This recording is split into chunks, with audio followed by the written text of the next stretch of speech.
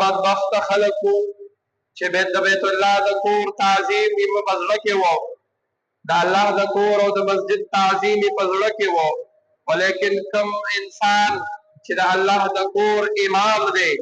کم بندا چې الله وطن نبوت ورکړی دی، د هغه تعظیم یې په زړه کې نه وو.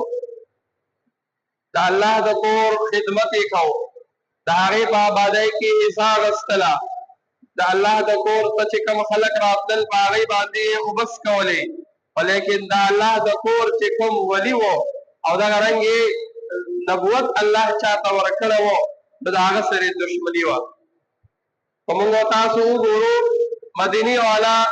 ولې کامیاب شول او الله دین د مدینې نه ولې خور کو؟ مدینې والاو د الله د کور خطیب او د الله د کور امام چې کوم و جناب رسول الله صلی الله علیه وسلم د هغه قدر او تعظیم او احترام یې وکړو،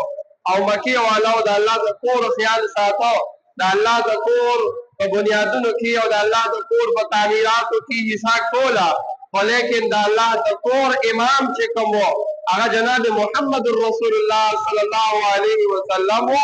نو د هغه احترام او د هغه قدر یې نه کو. الله رب العزت څوک د دنیا نه لاړل بغیر د ایمان. نو رسول الله صلی الله علیه وسلم چې په کوم وخت او کوم دور کې تشریف راوړو او الله رب العزت وتا نبوت ملاو کو،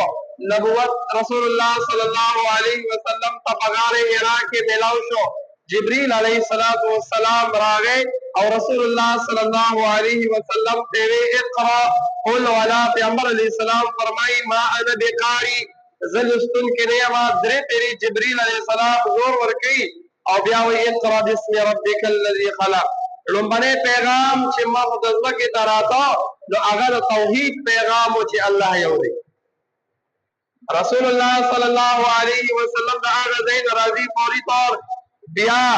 جبريل علیہ السلام راضی امتیان دې د الله د ویروا دا خلق د بوتانو عبادت کوي دې تورشا دې ته الله پیغام ورسوا چې ګوره عبادت کوي صرف او صرف د یو الله عبادت وکي، نور بل چاته سجدي مې لګو.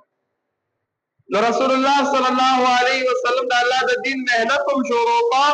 رسول الله صلی الله علیه وسلم سره صحابه کرام لګ لګ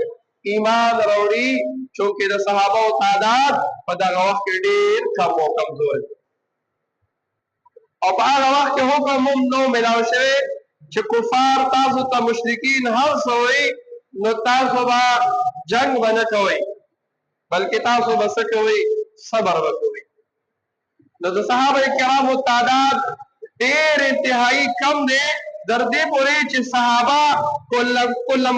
اعلان او دا خبره ښکاره نشي کولی چې موږ الله منو او الله یو دی.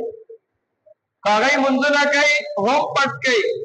که د رسول الله مجلس ته راځي هم پټ راځي، ولې په لاره کې د مشرکینو د طرف نه تکالیف میلاویږي. د صحابه کرام ایمان هم پټ راوړو، ښکاره کوي هم نه، او دغه رنګې کو نور صحابه راځي د رسول الله مجلس ته